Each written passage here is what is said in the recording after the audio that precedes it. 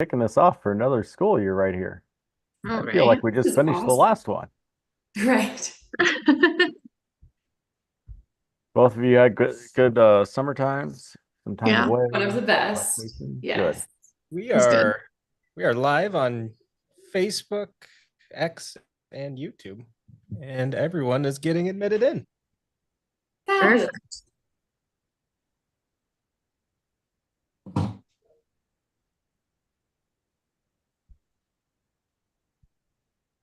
Wonderful. Welcome, everybody. Hello.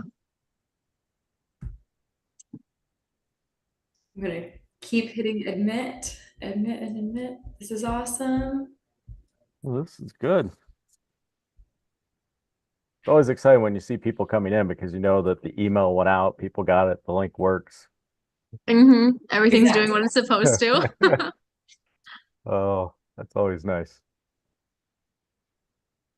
It Exactly. is 4 o'clock Central Time, so 5 o'clock for Esther, and I don't know about anyone else. I know that it's always hard on the West Coast when we do meetings at this time, but thankfully, for everyone's benefit, those of you who are joining us and those who may watch it on demand, it is always recorded, and we'll get the recording out there as well. And it is very exciting to kick off another year. This is the third season for Esther and Michaela on what we've retitled this year, Toolkit Thursday Teaching Tips. Is that right? How did we title that? Something like that. Yeah, Yeah, that sounded right. exactly. That's excellent. At least I was fairly close, if it's not. But this is exciting, and as always, we give great thanks to Michaela Harper and Esther Edwards for joining Teaching us. tips, is that right? How did we and Michaela and Esther for sharing here in season 3. Great tips and discussions and all kinds of good things. One of the tips, probably to start off, is maybe don't do a Zoom on your birthday like Michaela. So we do want to wish Michaela a very happy and blessed birthday today. And Thank that you. that is dedication too, joining us on your birthday after a full day of teaching and everything else. You do get to go out a little bit tonight and Yes. have some fun and enjoyment on this Thursday. So hopefully you're spending your birthday in a better way later on tonight. But it certainly is a great benefit for all of us that you're giving your time, especially on your birthday, for all these great tips and discussions and everything else. So I always look forward to Esther and Michaela, everything they have to share, but also give thanks for their dedication to the Lutheran education teaching ministry, all that they do every year. They are just amazing individuals, amazing educators, and have so much wisdom. And obviously, look forward to not only sharing that with you, but as we all know, we're lifelong learners. And the more we share with one another, the more we all grow and develop our toolkits so that we can serve the students and families who we are in ministry to serve. With that, why don't I open us in prayer? And then I will turn it over, as I always do, to Esther and Michaela, the two experts here, to lead the way the rest of the time. Let us pray. Heavenly Father, we give you thanks for this wonderful and glorious day and all that you provide to us. We give you thanks for the 1,828 Lutheran schools spread throughout the United States, our 3 schools overseas, all those who are educators and servants and administrators and uh, whatever task it may be that they fill so that our schools can carry out the ministry that is so important as they spread your gospel message to everyone. Be with us today in our discussions. Continue to be with Michaela and Esther, and we give thanks for their wisdom, their great desire to share and to care for those who they are in ministry with throughout our Lutheran schools, serving almost 180,000 students and almost 22,000 teachers that we are truly blessed to have and be in ministry together to serve you in all that we do. We also give you thanks today for Michaela and her birthday she celebrates. What a joy and blessing that is we get to give thanks for that as well.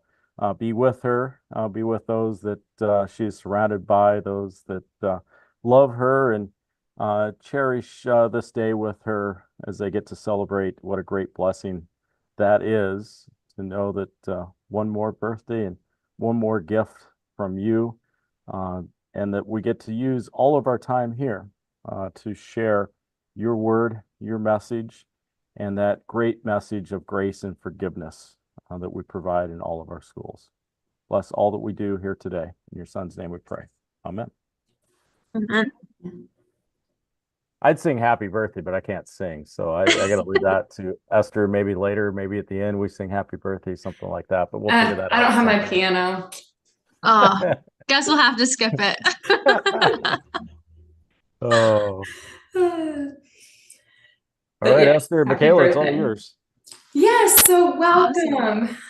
I am Esther Edwards. I teach fourth grade in Florida, and I have been teaching, this is my 9th year now, but I still remember what it's like to be new.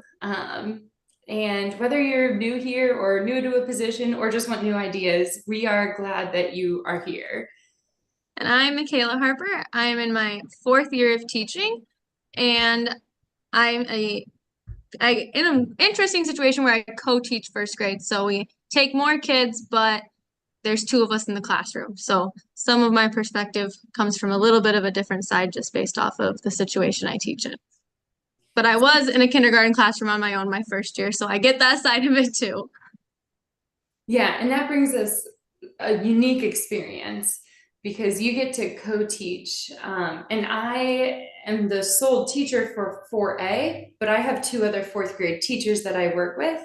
I used to teach 4th grade in Missouri as well. And there I was the only 4th grade teacher. And before that, I was a preschool teacher, and I had a coworker that I worked with as well. So we did some team teaching, but we each had our own class. So we've had a few different experiences with how we work with coworkers. And so today I was a preschool teacher. We might touch on that a little bit, but the main things we want to touch on today are how to begin the year well. Obviously, we have all started school. Well, most of us have all started school because we are at the end of September as we are recording this. And so you have probably realized how important classroom routines are. I found that the more routines I have, the fewer decisions I have to make day to day. So as I learn what my students need, I add in routines, but I always start off the year with a few key ones that are just tried and true for my personality in my classroom. But if you guys remember being kids, you probably remember a few things that bothered you while you were a student. And so you, as the teacher, can change those things now. So if people like tapping their pencil always bothered you, well, you can make that a rule in your classroom not to do that. Or if people getting up in the middle of class bothered you, if they were going to the bathroom or getting a tissue, then you can adjust it and make it a routine where they have to ask permission before getting out of their seat. So you are in control of your classroom, and we want to make sure that you know that and also act like it. So one of the things I like doing is a bathroom signal, either T, a sign language T for toilet, or R for restroom. And I have students do that instead of raising their hand, because then I know that they're not asking a question. I can just quickly nod yes or no and let them know if now is a good time to use the restroom or not. I don't like them using the restroom during mini lessons because I know that it's short, but a lot of good content, and usually they can wait until afterwards.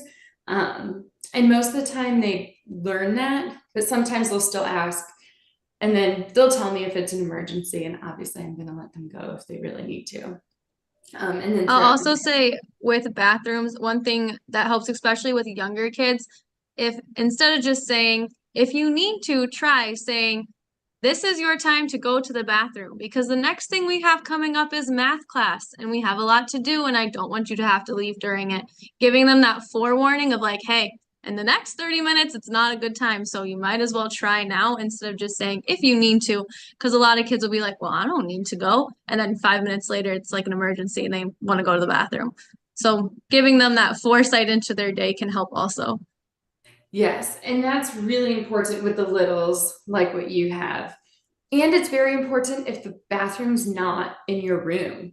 I'm very blessed to be at a school where we have a bathroom in our classroom, which makes it very easy for the students to go during independent work time or group work time. But it does take a lot more forward planning when it's down the hall. Mhm. One of the things that I remember annoyed me as a child was people using the pencil sharpener when I was trying to take tests. And so now in my classroom, I let them use the electronic sharpener, which is really good, but also really loud. I let them use that in the morning between 8 and 8:30 when they come to school. And after that, it's off limits and they can only use their handheld. It's quiet, it catches all of the pencil sharpening dust, and then they can throw it away. And that works out so well for me. But obviously you can do whatever you want for that, but make sure you have a routine for sharpening pencils, because I can guarantee you that some people will be annoyed if they just get up and sharpen them in the middle of a lesson or in the middle of a test. Yeah, and I'll say too, with lower grades, we always make sure they have access to 2 pencils. So hopefully between the two, one of them is sharp enough for them to write with, that if it's in the middle of a lesson, you don't have to be trying to track down a pencil or needing to pause to sharpen one of their pencils, because they should have at least 2 options, whether that's right in the pencil holder in their desk or if they have like a box out on their desk. Either way, they should have access to a couple. Yes, good point.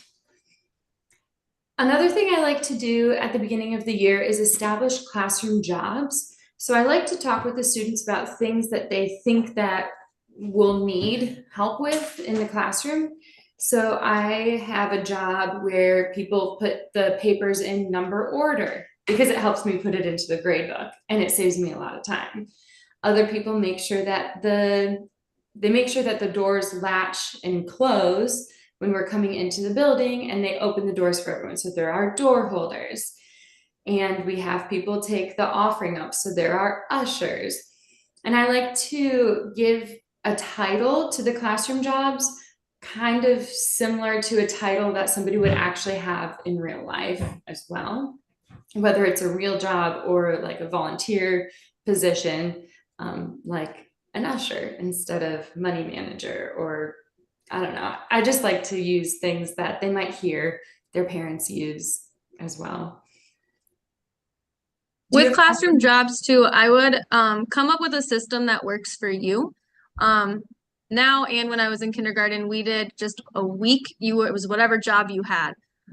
So especially with littles, changing those daily, they don't remember what they're supposed to do, because sometimes you can get to a Friday and you're like, you've been the line leader all week and I'm still asking you to come to the front of the line. So I would say with littles, trying to make sure that you have some consistency and it's not daily switching. With older kids, you can probably get by with that because they're a little bit more on top of things like that. And then we also just do it so that we have like a set of 5. And then the next week we do the next set of 5. So it's easy to keep track of who we have. And then we make sure we cycle through everybody and nobody's getting skipped. Yeah. And many classrooms hang these up so it's visual for the students. So if they do forget, they can just check it. Makes it super easy. So that is classroom jobs. Some other procedures that help with classroom management and behavior management would be to establish a clear and consistent routine for coming to school and getting unpacked, and for packing up at the end of the day and leaving. So I do have a checklist on my whiteboard and a mini version on some of my students' desks that says everything they need to do when they come to school, and they can just move a paper clip down and make sure they're doing all of the things. It's not that much, but one of the things on there is turn in your work, which is usually just a math sheet, and sharpen 2 pencils, and then do whatever the morning work is for them. And it helps them know what to expect each day so that they're not either goofing off or just sitting there. Yeah, with our littles, we do pictures up on the board in order of how they should do it so that they can use the board as a reference, a little different than a checklist. But then we're able to just be like, hey, did you do everything on the board? And that's normally at least a decent reminder for most of our kids to double check that they have that all done. And then also one thing that we do is when we do meet the teacher at the beginning of the year, we have them practice some of it, especially like lunch and the ones that are maybe different from the year before. We try to even kind of get them into that routine of like, oh, this is how we do our lunch in first grade. So when they come the first day, that's already a slightly established routine and not one that you're trying to implement while all of your kids are coming into the classroom at different times. It's so helpful when you can use the visual cues, the checklist, and practicing the routines. It'll help some students all year long to have the visuals posted or on their desks or both. And other students will memorize it and, make it into their own routine and maybe even expect it the next year. Another thing I do just for ease of routine is I post my schedule in the classroom and outside the classroom. I would check with your administration to see if you should put it outside or not. We're required to, but I've also been at schools where we weren't allowed to for intruder training purposes. So ask if you should have your schedule outside or not. I like to give each one to my students. They keep it in a binder. Mine are 4th graders, so they do have binders where they can use to refer to different things. And then I have a daily one that it's one person's job to switch it over every day. And I used to use the magnets on the board that you switch, but now I play it easy and they just have to switch one big piece of paper and it works out great. There you go. We have one that is kind of like a pocket folder where you have to switch them. So we have to switch that every morning, but it definitely helps kids and it negates the need for kids to constantly be asking, hey, what's next? What are we doing today? When do we get to? Because you can just be like, hey, go look at this schedule. And then that's something that you don't always have to be answering, which it helps a lot of kids too to just know, hey, today I get to have science or like today is social studies or whatever, especially in those afternoons where things change day to day. That for kids who really need that schedule and they need to know what's next, making sure you have that as a visual and available in the classroom is helpful. We also go over ours in the morning each day, just top to bottom, so kids at least know what there is at least once, even if they don't look at it. Yes, that is important. Another thing that we have to talk about is our organization. So finding a way that works for you. I've done a couple of different things with kind of like my lesson plan stuff that I need throughout the day. So I'm not running all over the place looking for it. My first year of teaching, I kind of used file folders and I had a file folder for each day of the week. And then as I sorted, I would just put the stuff into the file folder. Now I use bins. And I'm able to just have everything go in, all the copies that I need. If there's any like random things that I maybe need for a lesson, like stickers for religion, I can put it into a bin and I can do that ahead of time. Therefore, when I need it or I'm looking for it, all I need to do in that morning is organize it. So I can just go down a pile throughout my whole day instead of trying to remember, oh, where do I keep my religion book? And oh, my science stuff is over here and this is over here. Just having exactly what I need for the day in one pile is a little bit easier. And then the bins is helpful because I can plan a couple of weeks at a time instead of being kind of stuck like this is my only organization system. I can't get ahead for next week until my Monday folder is open. Yeah, and bins were great. I've done it that way. This year I use file folders, which I've done for the past handful of years for Monday, Tuesday, Wednesday, Thursday, and Friday. But then I also have other ones for going forward. So I keep the current week's stuff on my desk in an organized thing. and then organized in my file cabinet are the other weeks, which is helpful for me, but find your own way of doing it as well. Another way to help yourself is to organize your own plan time.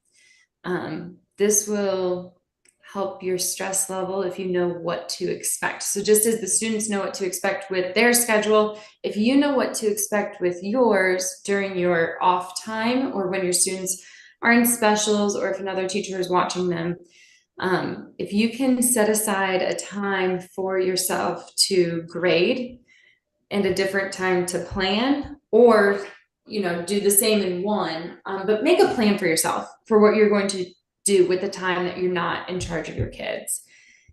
That could just be turn off the lights for 2 minutes and enjoy the darkness and the quiet. Whatever it is, make a plan for yourself. Block out dedicated planning times or planning periods in your week for yourself. And then if you have a team time, make sure you also have a planning time to talk with your team to make sure you're on the same page and sharing lesson ideas with each other. For planning time, I recommend using reusable lesson templates. This could be online with Planbook or another one of those online programs. My team made a Google Sheets template that we can just copy year to year and then change it. And some people use a paper book as well. I use a paper book for some of my planning, but I put it online so that I can have digital access, and I put more of the details online because it makes it easier for me to copy it for the next year. So think about. I'll also say one thing with the online ones is it's nice because you're able to hyperlink into them. So if you even have a really organized Google Drive or wherever you save your stuff, if you also have it digital, you can hyperlink and go straight to those things instead of being like, oh yeah, I know what that math paper looks like, but now I have to go in here and try to find it again. I use a lot of hyperlinks because then I'm not trying to refine things from the year before. I know exactly what it is because it's linked right there. Me too. And it saves so much time in your second year and so on and so on if you already have it linked. So much time. A lot of time because you're no longer trying to go through papers either to try to find it, even if you're like, oh, it's in my chapter 1 stuff. Eventually that stuff you have multiple copies of something, or you have something you used to use, but then you found something you liked instead, and it just collects a lot of more stuff that you have to page through to find what you're actually looking for. Mm-hmm. And as you're beginning the year, start thinking about if you want to keep paper copies of everything or digital copies of everything. And either way, try to organize them at least once a week, because otherwise, whether it's online or like physical, it's going to get disorganized and you might feel overwhelmed and never get to organizing it. So schedule a time for yourself so that next year is more organized and you'll take a lot of the stress that you might be feeling this year off from yourself for next year. Even if you don't teach all of the same exact lessons, having some of them organized is going to help. And then I also recommend batching your tasks. So that means I like to lesson plan for one subject at a time. And I look at the whole year and I look at the curriculum and see how many weeks it's expected. I think each school year does have about 36 full weeks. So then I work backwards, taking a look at how many units there are and about how many lessons per unit there are, so that I can just divide in half. If I divide the work in half, then that brings us to the semester. To the semester. Yeah. If I divide it in half again, it brings me to the quarter. Divide it in half again, that brings us to the midterm. So if I do that, then it really helps me know what kind of pacing I should do. And then I also like to plan So plan one subject at a time, and then make more specific plans one day a week for the next week. I like to have a copy day one day a week. I'm very blessed to have an aide who sets aside one of her work days to be a copy day for me. And she just copies everything for the next week that day. And then another day of the week, my team and I, we type a newsletter. And so it really works out when everything is organized by day, because then I'm not I don't have to waste the mental energy thinking about what I'm going to do during that plan time. Definitely. Also, she kind of mentioned aides. So thinking about if you do have somebody who's able to make those copies for you, if you can come up with some consistent way of like, we have like a little quarter sheet of paper and it has like, I can put an X by, oh, I need this double-sided or laminated or cut. And then it leaves a spot at the bottom for any extra information and then a spot at the top for me to put how many copies I need. But because it's consistent, then there's never any question about what I need or like, oh, I forgot to put it on that sticky note because it's looking at me while I'm filling it out. And then it's exactly the same thing she sees every time. So it's nice and easy to make sure I'm actually getting what I need. So it's a good use of my time and her time. And I'm getting the right materials for my class. And if you don't have an aide, elicit help from a church member or from a parent or a family. At my first school, I did not have an aide when I taught fourth grade, but I had a church member who was very faithful in copying and cutting for my English. She didn't do everything, and she didn't need to. Just doing the English grammar work was very, very helpful. And people want to help. Most congregations have people who really, really want to support the school, even if they don't have kids or grandkids there. And if you haven't met those people yet, go to church and ask around. Or ask your pastor. They'll know off the top of their head probably 5 people who would love to come and help you out. That's true. That is true. Yes. Another thing that can be overwhelming for teachers is email. As a teacher, as soon as you go to your first professional development, you are probably going to get a lot of emails because you're going to submit your email to a lot of things. It is okay to just press delete or unsubscribe to things. I make sure to check the emails from my parents. Those are more of a priority, obviously, than emails from a subscription or an email blast. I like to check my email at specific times throughout the day. So right before school starts, right before lunch, and at the end of the day. I also like to look at it during my plan periods, which those vary depending on the day. And checking it a few times allows me to not have it on my mind all the time because I know that I'm going to check it in just a little bit. So I do not have the pop-ups on my computer interrupting my lessons. I do not have my phone ding with every email. If it's important enough, then they'll call the school and they'll call me. So I do have my school email hooked up to my phone, but it's mostly because then I'm able to do those kind of quick checks when I'm taking my whole class on a bathroom break and they're all in the bathroom, or quick when we first get out to recess, I can look and be like, okay, are any of these important enough that I need to make a response right now? But then I'm also very careful with setting boundaries with myself that once it's outside of that set school hours, I still get the notification, but I also know that I don't need to immediately respond unless it's some really weird situation that maybe you would. But I'm able to set it aside and be like, you know what, I can deal with that tomorrow morning when I get to work. But then I'm not missing things during the day.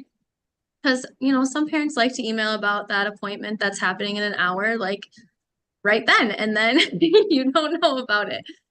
So just making sure that you either have those set times, or if you do choose to have it on your phone, that those boundaries are set. So once you do get home, you can still take a step back, if that's what you choose to do. I'm the same way with my phone. And sometimes parents will email me after they've finished putting their kids to bed. So it might be 9 or 10 at night. And if it's not an emergency, but I'm still up, sometimes I'll respond, but I won't send it. I'll do a schedule send so that they don't get used to me responding right away. I don't do that to be mean. I do that to set up boundaries because I want them to know that my work day is from 7:45 until 4. And unless it's an emergency, I need to sometimes separate myself from work. So at the beginning of the year, I like to do the schedule send so that I'm not setting them up for disappointment later on. Because if you respond to everything immediately, even in the wee hours of the morning or late at night, then they might just expect that from you. And then maybe they'll think something's wrong if you take 2 hours to respond. So give yourself grace at the beginning and give yourself 24 hours to respond. I would keep it at 24, no more than that by any means, because they need to know that they're taken care of. But don't feel like they're at your, don't feel like you have to have your phone at your fingertips just to respond to parents all of the time, because your job is to teach and you also have to be yourself after school and enjoy the other people that God has blessed you with. I've also just set that expectation with parents before. I've told them like, hey, it does come to my phone. So even if I don't respond during the day, I may have seen it and just not had a chance to respond to you right away. And if I see it when I'm at home, like maybe I'll respond, but also you might just have to wait till the next morning. Like, and I'll just set that expectation and be like, yeah, I know it comes to my phone, so you know I'm seeing it at 10 o'clock, but I'm not going to respond every single day at 10 o'clock. If it happens, lucky you, but don't expect it. And I've had a lot of success with that because then parents know that it's a boundary I expect from myself, but it's not offensive to them or because I'm ignoring them, that they know that that's just how it is for me. And sometimes being just straight up with that to them at the beginning of the year is able to set that expectation for the rest of the year right away. Mm-hmm. Let's shift to grading. So I try to give at least 1 to 2 grades per subject per week to show what the students have mastered that week. I usually try to give myself about a day to check their work and give it back to them. No more than a week to give it back to them, because immediate feedback helps them learn and grow. And if it's too long, they're not going to care. And your feedback, the time that you spent grading won't matter as much or be as beneficial as it, unless the sooner the better, basically. I would also give yourself a specific day each week to check your students for missing work, because sometimes if they're absent, you might fall behind on seeing if they've turned everything in.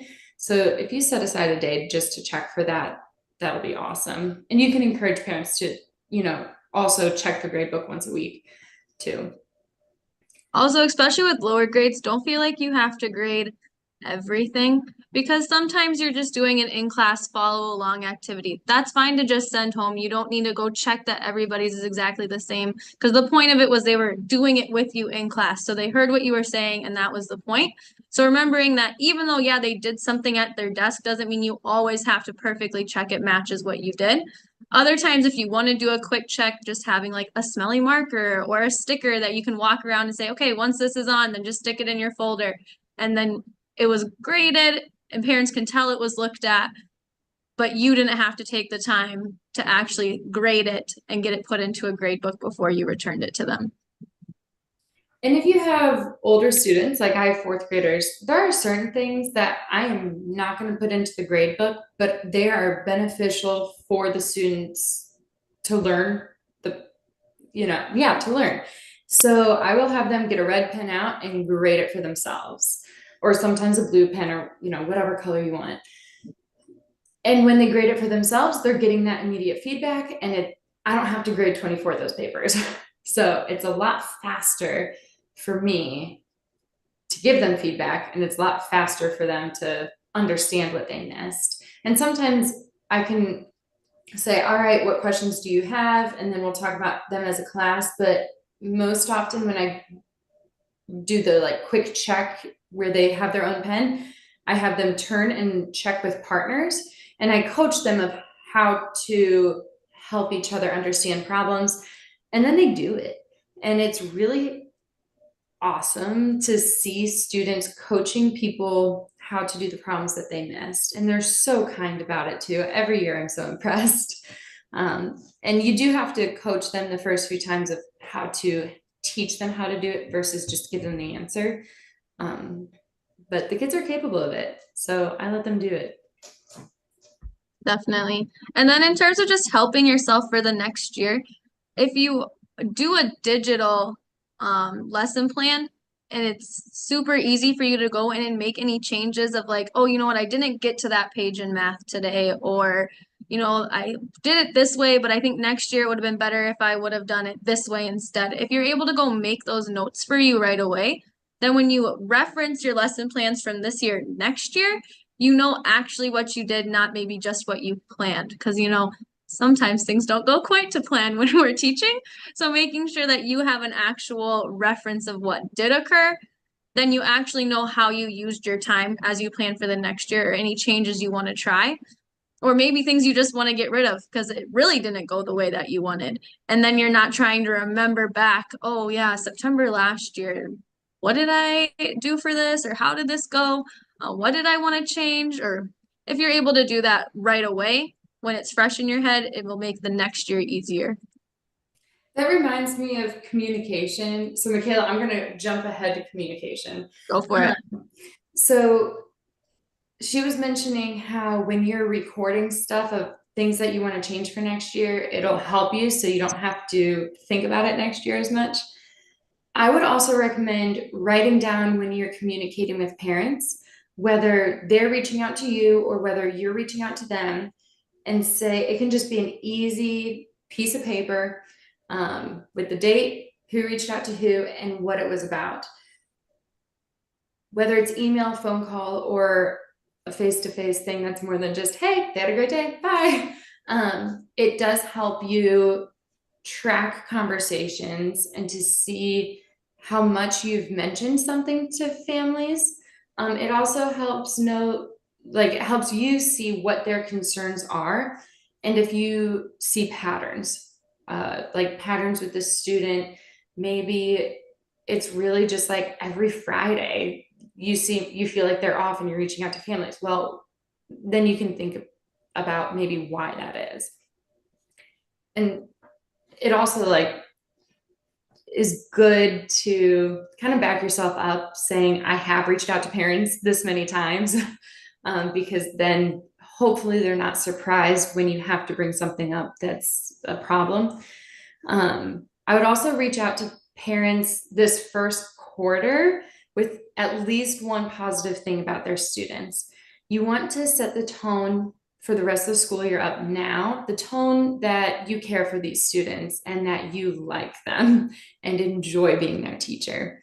Because when parents believe that, then they are much more likely to believe that you have their best interests in mind. And you need that. So talking with parents face-to-face is huge. Anytime you can do that, it's ideal.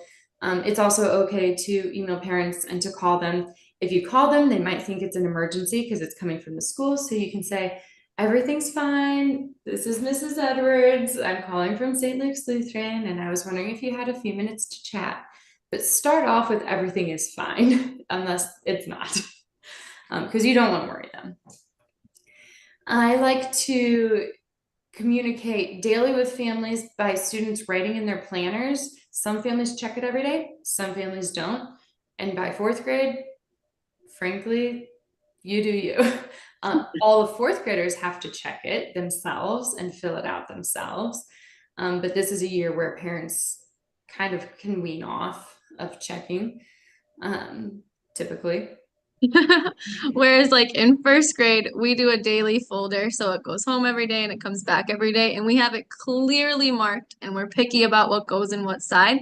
So homework, it's only stuff that they need to do and it needs to come back. It could be homework for mom and dad, like signing a permission form or, you know, something that they need to do for us and it needs to come back to us, or it could be the kids' homework.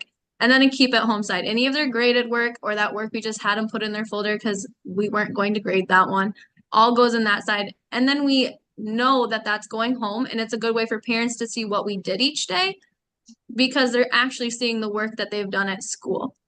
Mm-hmm. And the parents of the first graders love that. They do.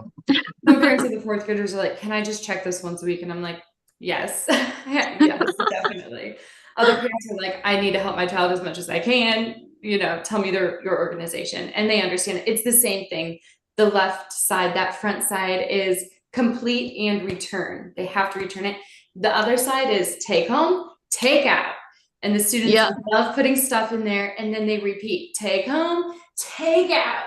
And it keeps their binders clean and it's a fun way to say, I don't need it anymore. Mm-hmm. And then in terms of whole class communication, picking a way that works for you and then sticking to it is definitely the most helpful. So whether that's maybe an app like Class Dojo or like a weekly newsletter, which everything works for you is what you should use. Keeping it consistent also just helps parents because then they know what they're looking for. So for example, I use a PDF, I attach it to an email of a weekly newsletter, 1 page, super short. It's got a quick summary of what we did. It's got like what we learned this week in each subject, memory for the next week, and then a picture that I'd update, not weekly. Sometimes it's like once a month, depends when we do something kind of fun as a whole class. And then a notes section that's just bullet points. And it's like, hey, walkathon's coming up. This is what we need from you. Or, hey, we're having issues with kids bringing in their snacks. So can you just remind your kid to make sure they're grabbing a snack? And then that's nice, short and concise. So when parents look at it, they're not looking at something super long or overwhelming. And I really just encourage my parents, hey, you know what? As long as you open it and you look at the notes section, at the bare minimum, that's all I'm asking for so that you're prepared, your child's prepared, and you know you've been communicated with.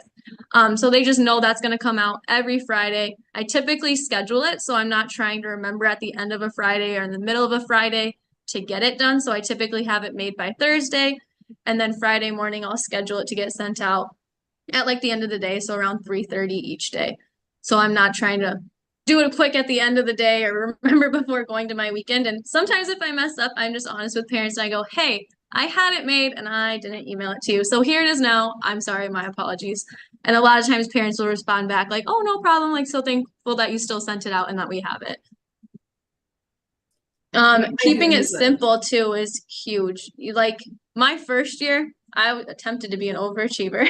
So don't be me.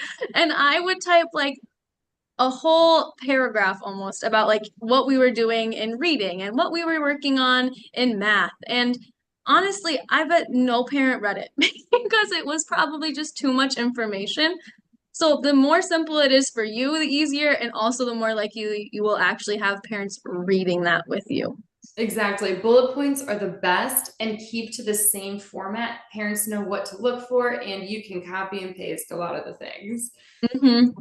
And then if you do have any changes about something, maybe a date change or a reminder about an event, making sure that that's emailed out multiple ways. Typically for that, I would have it in like my weekly newsletter, the email that I send the weekly newsletter, and I would just type it into that part so it doesn't get missed. And most likely we've probably sent it out as an individual email and possibly put something in their folder about it. Because if it's a change, we don't want that to be missed just because we only included it in the regular and they're thinking they already know what it is. And if this sounds overwhelming for you, make it simple.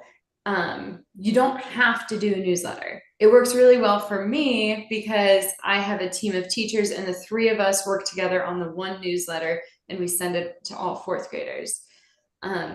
You can make a simple template or find one online and then just use that. Or if using Class Dojo and taking a picture a week and sending it out to parents and with what you're doing, works for you, then you can do that too. We want you to be able to communicate well with parents. We want them to feel involved, but we don't want it to feel like it's too much for you either. A good way, it would be important and good to ask other coworkers that you have what they do. And maybe you can team up with one of them if you share grade levels, or maybe someone can share their template with you, and then you make modifications so that it looks like yours but uses a lot of the same ideas. Speaking of which, if you don't have a mentor, find one. Seek someone out that you either get along with or admire, or better yet, both, and ask them to help you this year. Ask them about logistics and events, and check in with them. People want to help you. We are Lutheran schools, and typically Lutheran educators want to help one another. So find someone that you can go to ask all of those questions and get resources from as well.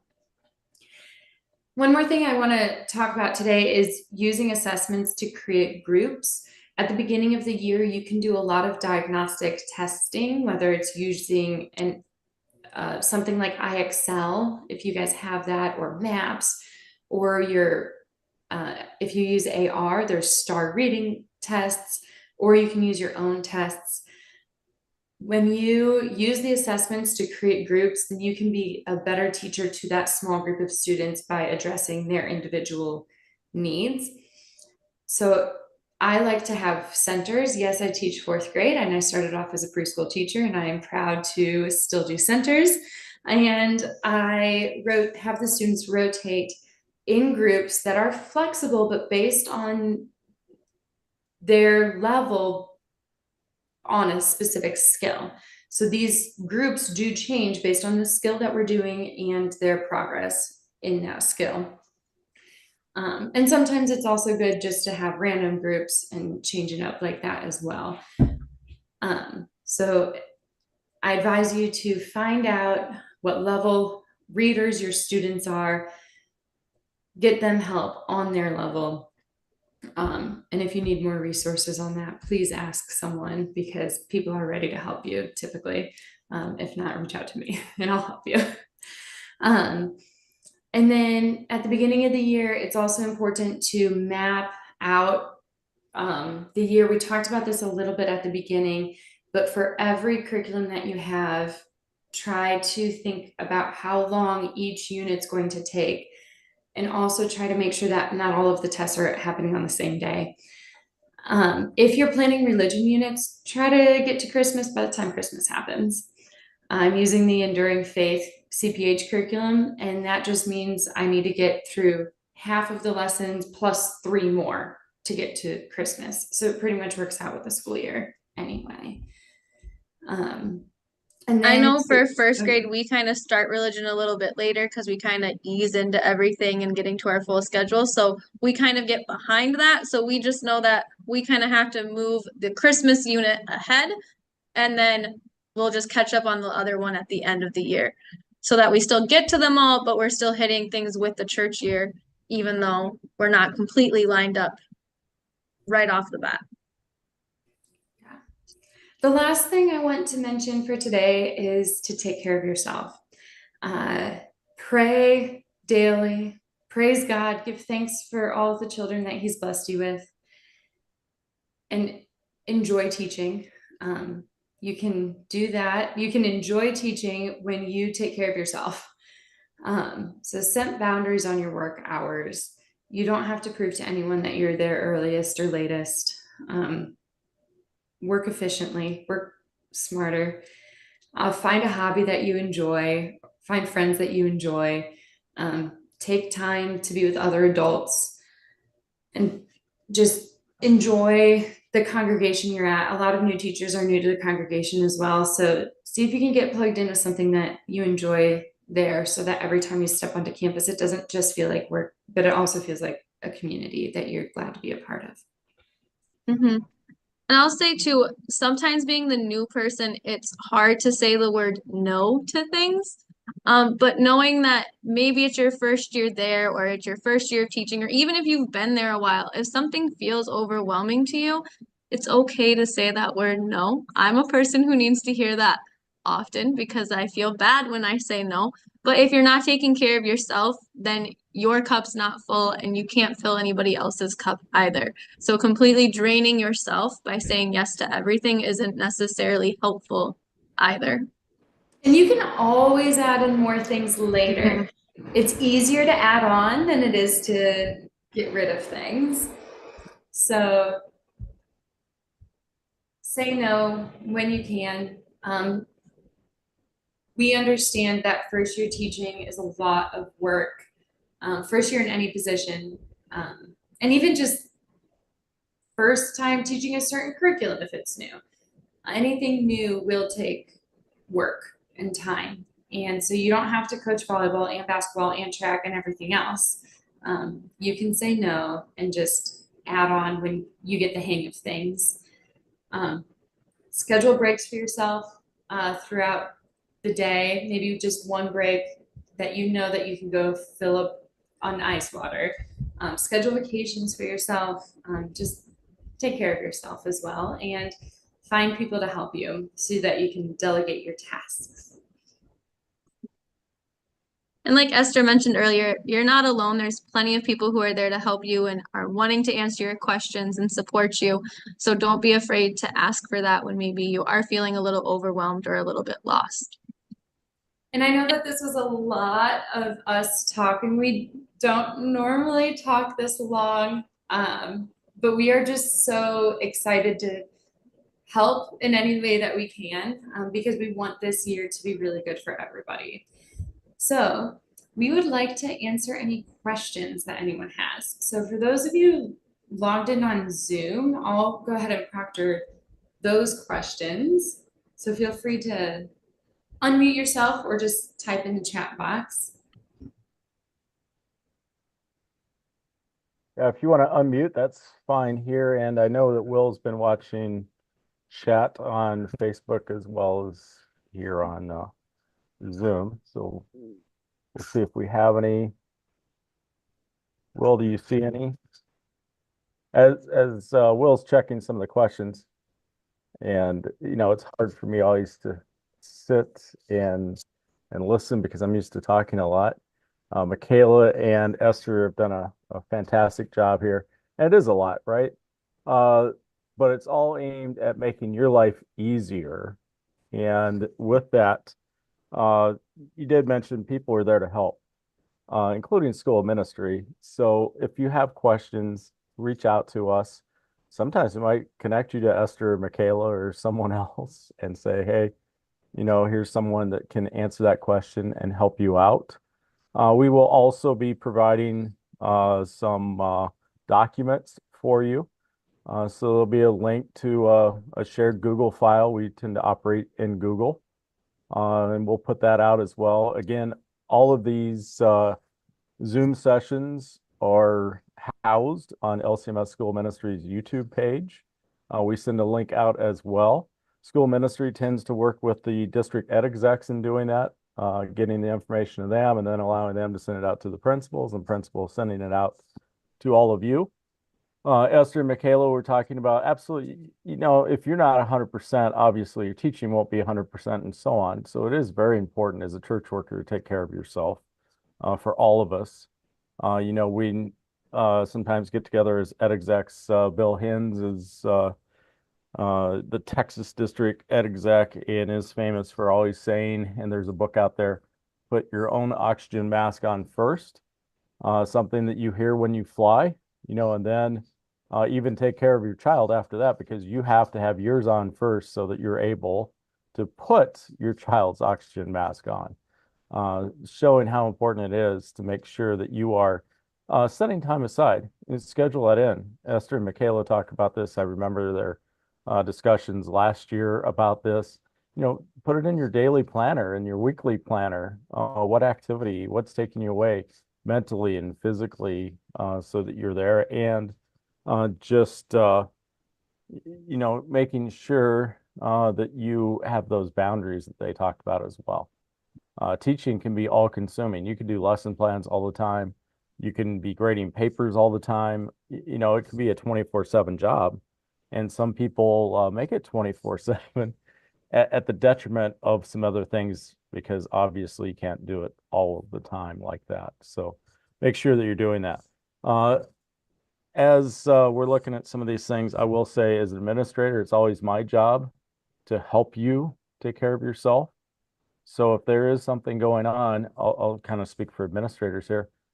Go to your administrator, go to your principal and say, look, if one more thing is there that I take on, that could be the straw that breaks the camel's back, right? So help me help myself so we can help our students and have that brave conversation. Communicate always, with your fellow teachers, with your administrator, and so on, as well as your parents and your students. And it is working together. It's a team environment, so make sure that you do that. And then also, I always love it. I'm a high school teacher. I taught high school for a multitude of years. At the end, like the last 15 years, mostly seniors. But it is every year is a new start, and you learn so much from the year before.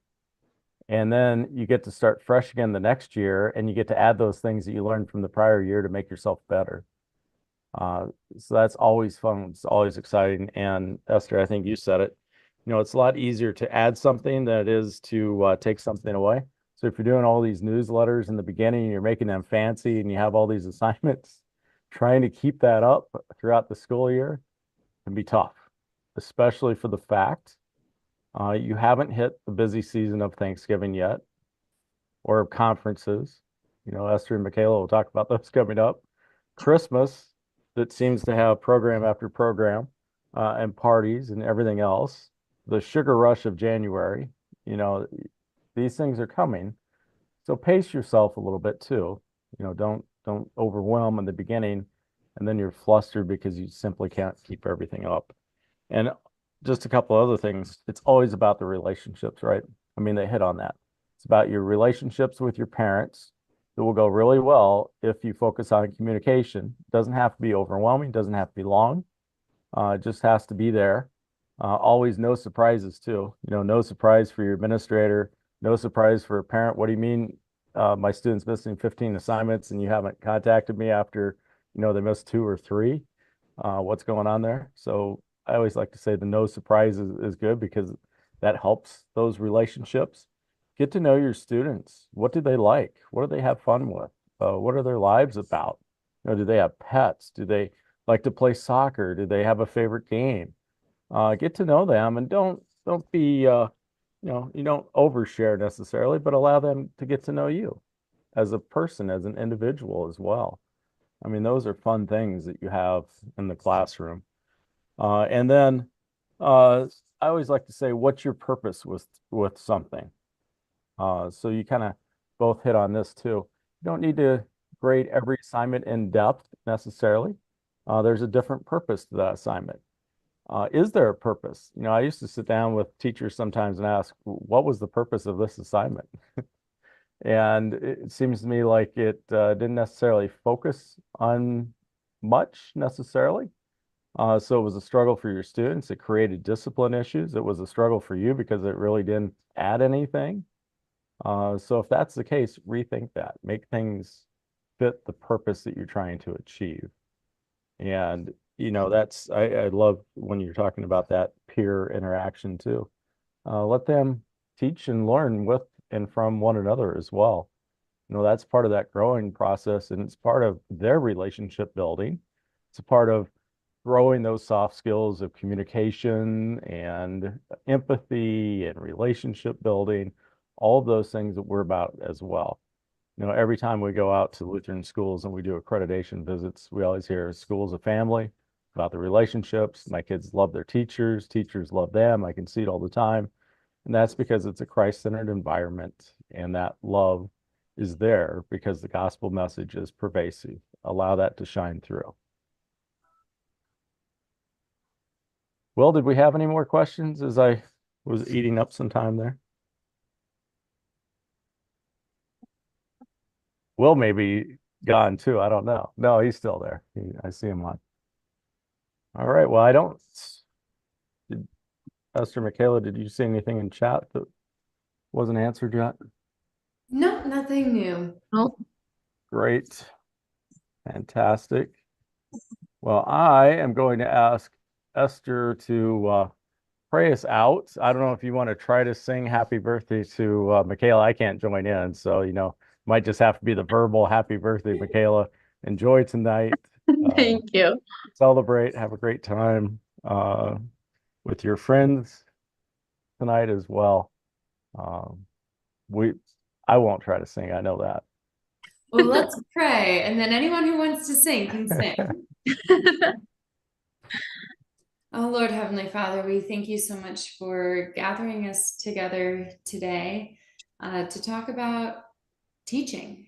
We thank you so much for giving us these jobs and these opportunities to touch lives and also have our lives touched. Lord, I ask that you help us all teach your good word, your good news to everyone of our students and every one of our parents and families. Lord, I ask that you allow us to help every single student grow as much as they can this year. Help us develop the relationships that we need for these students to thrive, and give us the good ideas that we need to do our best with these students. We thank you for all of these teachers. Thank you for them spending their time with us today. And thank you for our administrators for giving us this opportunity as well. And thank you for all of the resources in this day and age that we have. Help us to know that we are never alone. You are always with us, and you have provided us many people to help us. In your name we pray. Amen. Yeah. Well, thank you all for joining us. Michaela, I'm going to sing to you. Happy birthday to you. Happy birthday to you. Happy birthday, dear Michaela. Happy birthday to you. Thank God's you. blessings to you. God's blessings to you. God's blessings, dear Michaela. God's blessings to you. Thank you, Awesome. Esther. Great job, Esther. Birthday.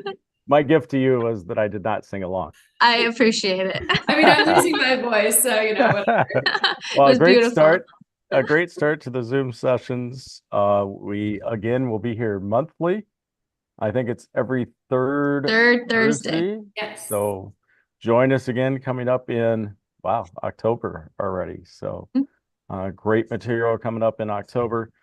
Great job once again, and a great kickoff not only to the Zoom sessions but to the school year. And again, if you need anything in between now and the next Zoom session, reach out and we'll do our best to help out and connect you to someone.